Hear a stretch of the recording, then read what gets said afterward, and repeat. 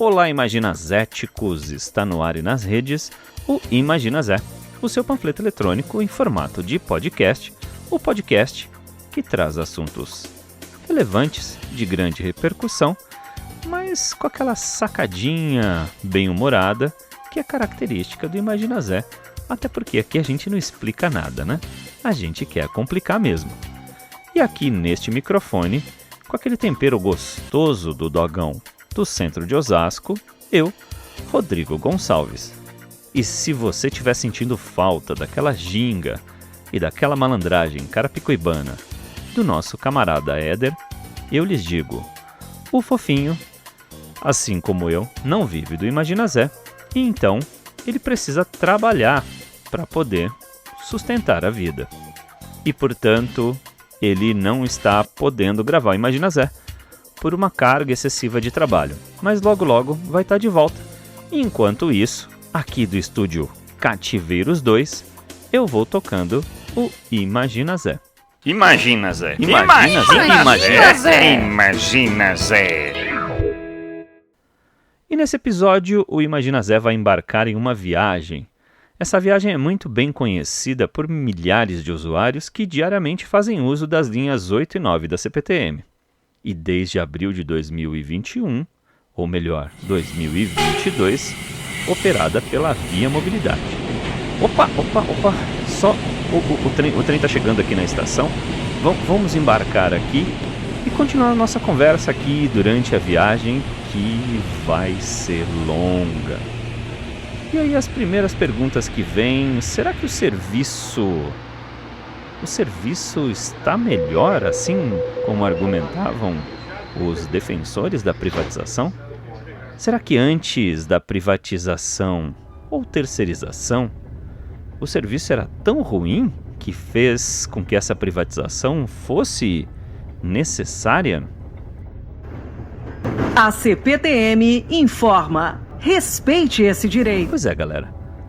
Vamos aqui discutir a privatização ou concessão das linhas 8 e 9 da CPTM. Em abril de 2021, mais precisamente no dia 20, aconteceu o leilão de concessão das linhas 8 e 9. Para quem não é aqui da região metropolitana de São Paulo, a linha 8, Diamante, da CPTM, liga toda a região oeste, né, daqui da Zona Oeste, com o centro de São Paulo, ali na região da Júlio Prestes, ali onde fica Santa Efigênia, por exemplo. A linha 9, Esmeralda, é responsável por ligar a cidade de Osasco a toda a região da Zona Sul de São Paulo. Ambas as linhas são responsáveis pela ligação dessas regiões com os maiores polos econômicos da América Latina e, por sua vez, são as maiores linhas em fluxo de passageiros operadas pela CPTM, agora Via Mobilidade, e é realmente o filé dessa empresa. Entre as exigências para essa concessão estavam melhorias de 35 estações e construção de novas estações, modernização dos sistemas ainda acho que não vai ter, modernização de sistemas de infraestrutura, de operação, via permanente, telecomunicação, podia ter um cinema nas telecomunicações, né? Sistemas auxiliares e outros.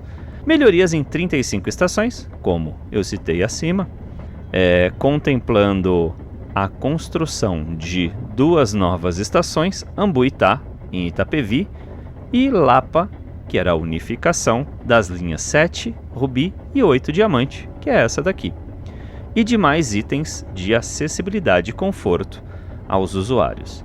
Obras para a inserção da estação João Dias, na linha 9, Esmeralda, implementação de um novo CCO, Centro de Controle Operacional Local, adequação do pátio de Presidente Altino e edificação da segregação das atividades da CPTM atualmente desempenhadas no referido pátio. Aquisição de material rodante, ou seja, novos trens, perfazendo uma estimativa total de investimento a cargo do concessionário de cerca de mais ou menos 2,6 bilhões de reais. Na representação, o Conselho ainda especificou que o prolongamento da linha 9 até Varginha, no extremo sul de São Paulo, continuará sendo custeado pelos cofres públicos, que também vai bancar as adequações nas estações. Olha que beleza, né? O governo do estado teria a obrigação de concluir a extensão de 4,5 km da linha 9 Esmeralda, com 2 estações, a Mendes Vila Natal e Varginha, cujos recursos são de um programa que talvez alguns se lembram, que chama PAC, Programa de Aceleração ao Crescimento. É esse aí mesmo. E as adequações das estações Morumbi, integração com a linha 17 Ouro do monotrilho, Santo Amaro, integração com a linha 5 Lilás e Carapicuíba, ligação com o Boulevard, com previsão de entrega de todas essas obras até 2022. Bom, se você ainda não tomou conhecimento de que essas melhorias existem, é porque o cronograma não foi cumprido. Bom, mais pra frente a gente vai ver que não são só as empresas públicas que fazem esse tipo de peripécia. Mas vamos lá. A concessão será de 30 anos, contados a partir da data indicada da ordem do início da operação comercial, ou seja, abril de 2022. Janeiro de 2022, conforme o que está definido no contrato. O edital confirma a troca da frota entre as linhas, sendo que o novo operador deve operar até a chegada dos novos 34 trens. Todas as 40 unidades da série 7000 e as 8 da série 7500, 7 composições da série 8500 e mais 6 da série 5400. Os 36 comboios da série 8000 foram entregues à CPTM para operar as linhas 10 Turquesa, 11 Coral. Depois de 34 meses e os novos trens em operação, todos os trens da série 7, 8500 retornarão para a CPTM, assim como os 8 da 7500 e 19 trens da série 7000 também. Os outros 19 ficam com a operadora. O primeiro novo trem deverá ser entregue até o 18º mês da concessão, ao passo que na entrada da operação comercial será feita 3 meses depois, ou seja, no 21º mês. Os 34 novos trens deverão estar levando passageiros até o 33º mês da concessão, em simultâneo, conforme as novas composições forem entrando em operação. Os emprestados serão devolvidos à CPTM. Por conta de atraso em obras, cerca de 1 mês antes de ter vencido a concorrência para operar as linhas 8 e 9, a CCR, via mobilidade, informou que assinou contratos aditivos que lhe garantiram mais de 1 bilhão, com B de bravo, do governo paulista, devido a atrasos em obras de infraestrutura logística em São Paulo a serem operadas pela companhia. A principal delas confere a Via 4, uma unidade da CCR, que 705 milhões devido a atrasos na conclusão da concessão de linhas intermunicipais geridas pela EMTU. O reequilíbrio será implementado por meio de quê? De revisão de tarifa. A CPTM informa: se você for vítima de abuso, Avise. Remuneração da Via 4 em 1º de janeiro, entre 1º de janeiro de 2021 e 31 de dezembro de 2037. Você vai estar lá velhinho, caquético, e a Via Mobilidade ainda vai estar comendo o dinheiro do usuário aqui da região oeste.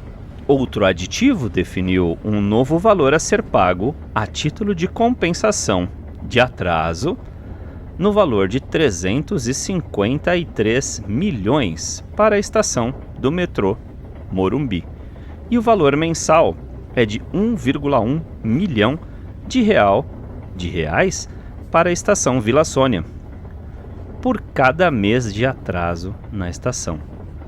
Esse complexo de estação de metrô e terminal foi entregue, mas de forma parcial ainda.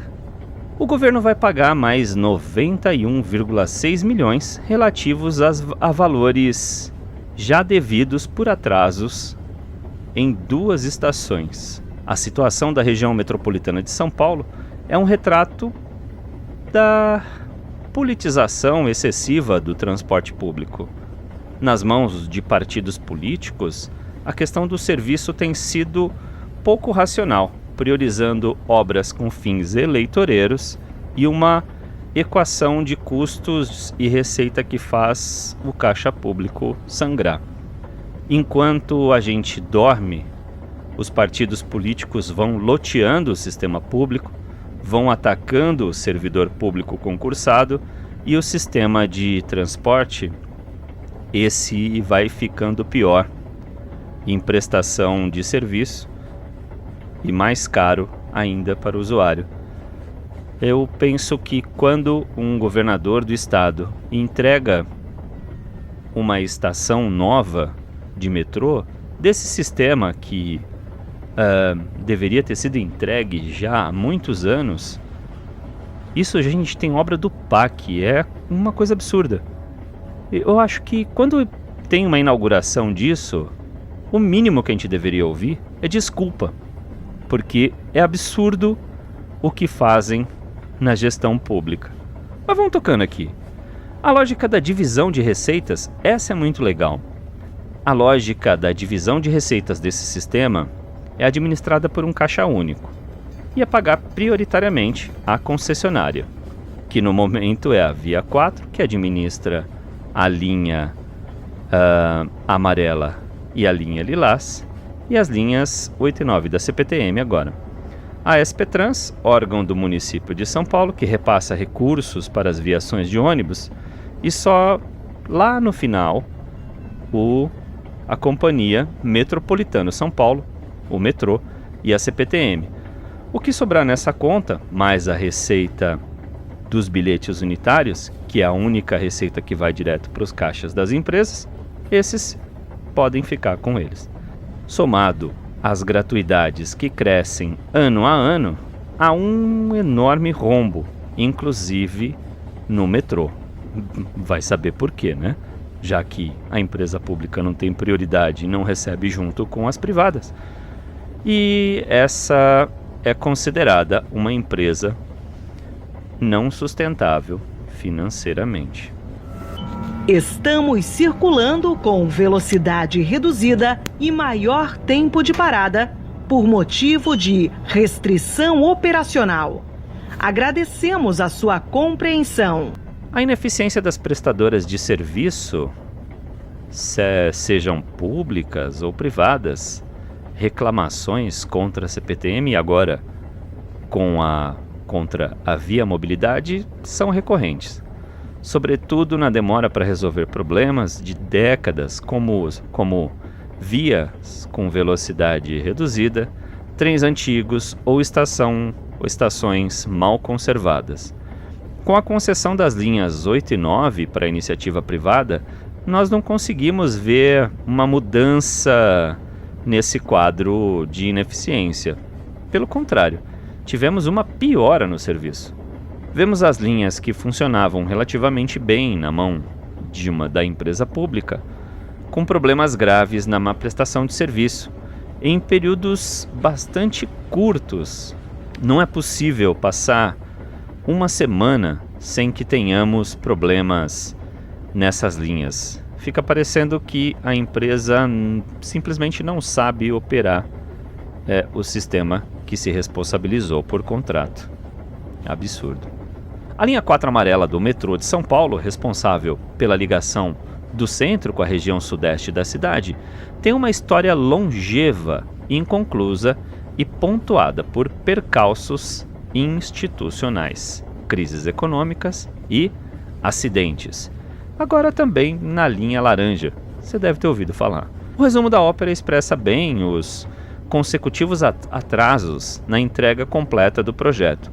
Foi mencionado pela primeira vez em 1993. Teve obras iniciadas em 2004. Foi prometido para 2010, mas ainda está longe de operar com o seu total de 11 estações. Em um momento em que o metrô é alvo de uma série de acusações de improbidade e corrupção na justiça, o histórico da linha e seu modelo de implantação também ajudam a compreender o nó do transporte sobre trilhos na cidade.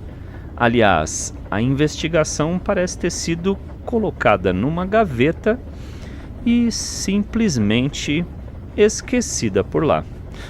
Ai caramba, o episódio de hoje do Imagina Zé desembarca, tá chegando a minha estação, mas o assunto privatização do transporte ferroviário continua na próxima estação. A gente não para esse assunto e vamos tocando mais pra frente. Se você gostou desse formato do Imagina Zé, assim, mais curtinho, mais informativo, mais corrido, mais narrativo, fala aqui com a gente. Nós estamos nas redes sociais. No Facebook, estamos como Imagina Zé Podcast. No Twitter e no Instagram, Imagina Zé Cast. Ou se você quiser mandar uma mensagem de texto ou até mesmo um áudio, você pode mandar pelos programas de mensagem instantânea.